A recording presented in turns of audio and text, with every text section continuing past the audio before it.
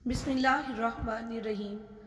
मग़फ़िरत की रात। हज़रत आयशा सिद्दीक़ा रज़ी अल्लाह तआला अन्हा फरमाती हैं, एक रात मैंने हज़रत मोहम्मद सल्लल्लाहु अलैहि वालैहि वसल्लम को अपने पास ना पाया तो मैं आप सल्लल्लाहु अलैहि वसल्लम की तलाश में निकली। मैंने देखा कि आप सल्लल्लाहु अलैहि वसल्लम जन्नतुल बकी में तशरीफ़ फरमा हैं। आप सल्लल्लाहु अलैहि वसल्लम ने फरमाया, क्या तुम्हें ये खौफ है कि अल्लाह ताला और उसके रसूल सल्लल्लाहु अलैहि वालैहि वसल्लम तुम्हारे साथ ज़्यादती करेंगे?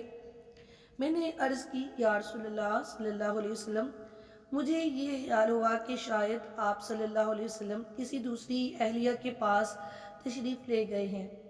आका व मौला हज़रत मोहम्मद सल्लल्लाहु अलैहि वसल्लम ने फरमाया, बेशक अल्लाह ताला शाबान की 15वीं शब आसमानी दुनिया पर अपनी शान के मुताबिक जलवागर होता है और कबीला बनु कलब की बकरियों के बालों से ज़्यादा लोगों की मग़फ़िरत फरमाता है।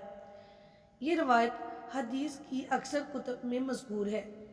कसरत रवायत के सबब ये हदीस दर्जा सेहत को पहुँच गई है। इसको तिरमिज़ी, इब्ने माजा, मुस्नद अहमद बिन हम्बल, मिशकात, मुसन्नफ़ इब्ने अबी शैबा, शाबुल ईमान, अल बहकी वगैरह में इसको रवायत किया गया है। कबीला बनु कलब कसरत से बकरियां पालते थे, जिनकी मिसाल इस हदीस में बयान की गई। हज़रत मोहम्मद सल्लल्लाहु अलैहि वसल्लम का इरशाद है, अल्लाह ताला शाबान की 15वीं शब में अपने रहमो करम से तमाम मखलूक को बख्श देता है, सिवाय मुशरिक और कीना रखने वाले के।